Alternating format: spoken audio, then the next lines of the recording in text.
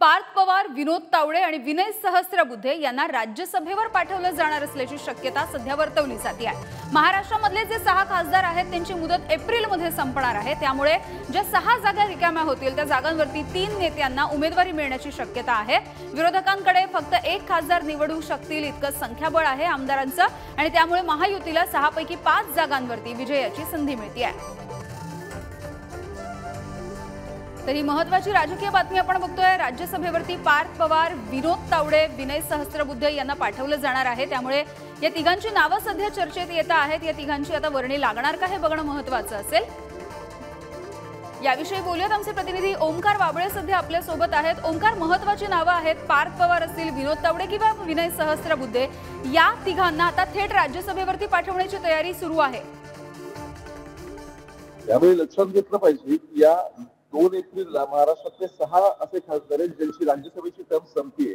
या टर्म जर रिन्यू करायच्या असतील तर येणाऱ्या काळात निवडणुकांनंतर, निवडणुकांच्या पूर्वी ऍक्च्युअली एप्रिलमध्ये निवडणुका सुद्धा पार पडणार आहेत।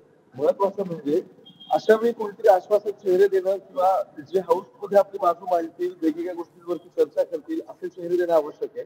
महाराष्ट्रातले केंद्रीय राज्यमंत्री नारायण राणे यांचा सुद्धा यामध्ये समावेश आहे। त्यांची टर्म संपते, त्यानंतर आणखी कुमार केतकर काँग्रेसच्या याच्यावर गेले, त्यांची संपते। पुण्याच्या वंदना चव्हाण ज्यांना शरद पवारांनी याच्यामध्ये राज्यसभेवर पाठवलं होतं, सो काही महत्वाच्या लोकांची टर्म संपते। पण आताच्या घडलं पाहिलं तर 6 मधल्या 3 जागांवरती नावं जवळपास फायनल होतील असं दिसतंय। याच्यामध्ये पार्थ पवारांचं नाव आहे।